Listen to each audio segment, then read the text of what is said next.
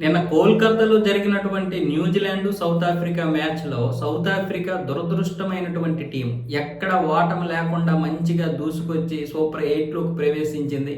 కానీ నిన్న న్యూజిలాండ్తో చాలా అంటే చాలా చెత్తగా ఓడిపోయింది.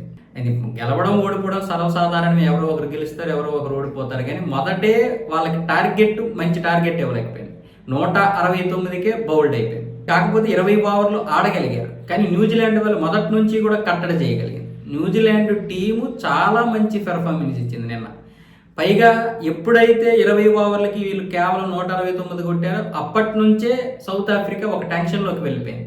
న్యూజిలాండ్ అస్సలు కనీసం చిన్న ఒత్తిడిలో కూడా లేదు. గెలుస్తామా గెలవమా, లేకపోతే మనం ఫైనల్కి వెళ్తామా వెళ్ళమని టెన్షన్ ఎక్కడా లేదు న్యూజిలాండ్కి. మొదటి నుంచి కూడా ఈ గెలుపు మాదే అన్న విధంగానే ఉంది న్యూజిలాండ్. ఎక్కడి నుంచి 10వ ఓవర్ నుంచి కూడా ఉంది. 13 ఓవర్లు అయినా సరే 100 దాటలేదు స్కోర్. అంటే అంత దీనిగా కట్టడి చేయగలిగారు. పోనీ ఇటు సౌత్ ఆఫ్రికా బౌలింగ్కి వచ్చేసరికి ఏమైనా కట్టడి చేసిందా అంటే, న్యూజిలాండ్ బౌలింగ్లో బాగా కట్టడి చేసింది కాబట్టి ఒకవేళ ఆ యొక్క పిచ్ మంచి బౌలింగ్కి అనుకూలం అనుకుంటే అది లేదు. ఇక్కడ సౌత్ ఆఫ్రికా మొదటి నుంచే కంగారు పడిపోయింది.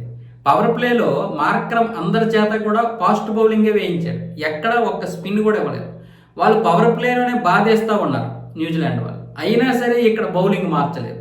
అక్కడ కూడా సగం కన్ఫ్యూజ్ అయిపోయాడు. వాళ్ళేమో ఓటమి మనకు లేదు, మనదే గెలుపు అన్న విధంగా ధీమాతో ఉంటే, వీళ్ళేమొచ్చేసి మనదే ఓటమి ఇక తప్పదు అన్న విధంగా నిరాశ, ఒక ఒత్తిడిలోకి వెళ్ళిపోయారు సౌత్ ఆఫ్రికా అంతా కూడా. అంటే మొదట వాళ్ళు స్కోర్ తక్కువ చేయడమే, అంటే టార్గెటే 170 ఇవ్వడం అనేది సగం ఓడిపోయినట్లు. ఆ 170ని చూసి అప్పుడే మనం గెలిచామని వీళ్ళు ఒకవైపు మంచి ఓవర్ కాన్ఫిడెన్స్తో ఉన్నారు న్యూజిలాండ్ వాళ్ళు. అక్కడే సగం పోయింది. పవర్ ప్లేలోనే మొత్తం అంత గేమ్ అంతా కూడా చేంజ్ అయిపోయింది. ఇప్పుడు మార్క్రమ్ ఏమంటున్నాడంటే, ఇది మాకు ఒక పెద్ద చెంప దెబ్బ, మేము ఈ ఓటమి నుంచి తేరుకోవడం కష్టమే, అసలు మేము ఫైనల్కి వెళ్లాల్సినటువంటి మ్యాచ్ మాదే అని 100% అనుకున్నటువంటి పరిస్థితుల్లో న్యూజిలాండ్ మా కళ్ళలు చేసేసింది అని చెప్తున్నాడు. కానీ కొన్ని నిర్ణయాలు కూడా అలాగే ఉంటాయి. మార్క్రమ్ తీసుకున్నటువంటి నిర్ణయాలు కూడా కొన్ని తప్పుగా ఉంటాయి. అయితే ఇక్కడ మనం కెప్టెన్ అనకూడదు, కానీ ఒత్తిడికి గురైనప్పుడు కొన్ని తప్పుడు నిర్ణయాలు తీసుకుంటారు ఎవరైనా సరే.